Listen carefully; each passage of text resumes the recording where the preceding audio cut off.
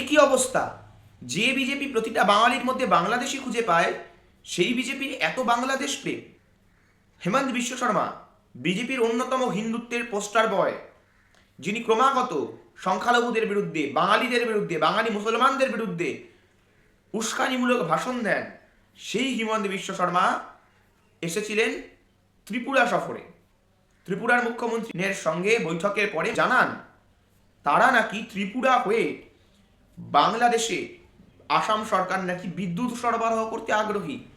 তার মানে পুরো বাংলাদেশ বিরোধিতা, এই যে মুখোশ পরে আছেন হিমন্ত বিশ্ব শর্মা এবং গোটা বিজেপি, তাদের যে এই বাংলাদেশ বিরোধিতার মুখোশ, হিন্দুত্ববাদীদের এই যে বাংলাদেশ বিরোধিতার মুখোশ, পুরোটাই তাহলে মেকি ব্যবসা আর মুনাফার সামনে সব মুখোশ খসে পড়ে যায়। আপনারা যদি বাংলাদেশের সত্যিই বিরোধী হয়ে থাকেন, তবে কেন ভেঙে দিচ্ছেন না তাদের অর্থনীতি? আপনারা অর্থনৈতিক ব্লকেট কেন তৈরি করছেন না বাংলাদেশের বিরুদ্ধে? কেন আমরা আজও বাংলাদেশকে বিদ্যুৎ দিচ্ছি?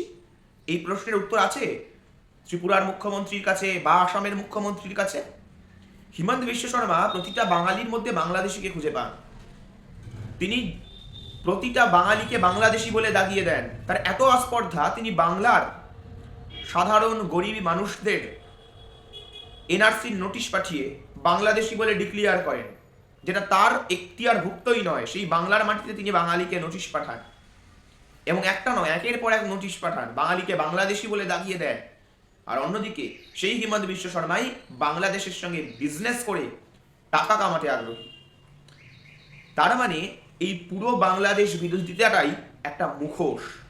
এই মুখোশের আড়ালে তারা নিজেদের নির্বাচনী লড়াই করতে চায়, তারা নির্বাচন জিততে চায়, তারা আসামের মানুষকে, বাংলার মানুষকে এবং গোটা ভারতবর্ষের মানুষকে বিভ্রান্ত করতে চায় এবং নিজেদের নিজ রাজনৈতিক স্বার্থ চরিতার্থ করতে চায়।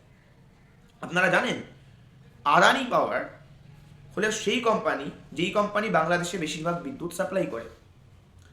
আমাদের দেশের রিসোর্সেস ব্যবহার করে আমাদের দেশের যে তাপবিদ্যুৎ কেন্দ্র, সেই তাপবিদ্যুৎ কেন্দ্রতে বিদ্যুৎ তৈরি হচ্ছে, আমাদের দেশের হাওয়া দূষিত হচ্ছে, সেই সমস্ত কিছু করে ব্যবহার করে সেই বিদ্যুৎ সাপ্লাই করা হচ্ছে আমাদের পড়শি দেশে, যারা এই মুহূর্তে চরম ভারত বিরোধী, যারা এই মুহূর্তে কট্টর ভারত বিরোধী সেই দেশে।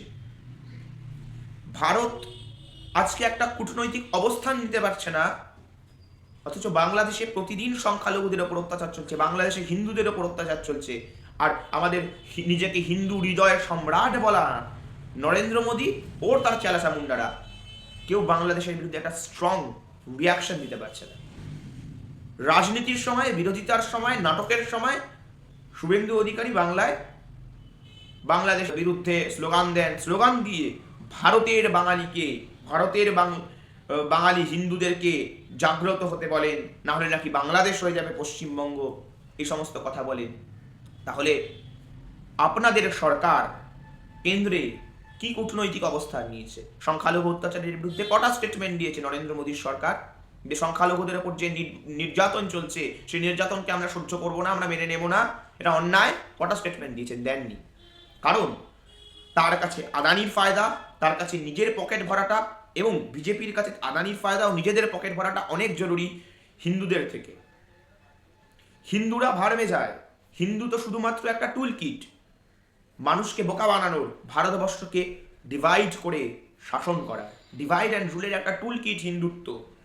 আসলে ওরা শুধু টাকা চেনে, ওরা শুধু পয়সা চেনে, ওরা শুধু লাভ চেনে। এরা হিন্দুদের নয়, এরা মুসলমানদের নয়, এরা ভারতীয়দের নয়, এরা শুধু নিজেদের।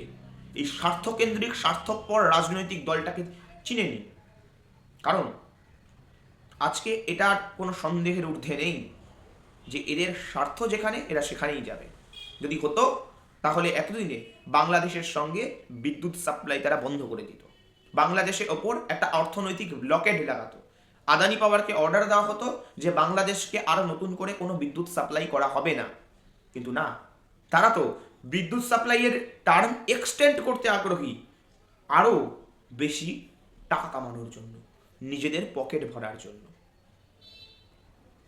ওদের টাকার সামনে হিন্দুদের কোনো গুরুত্ব নেই।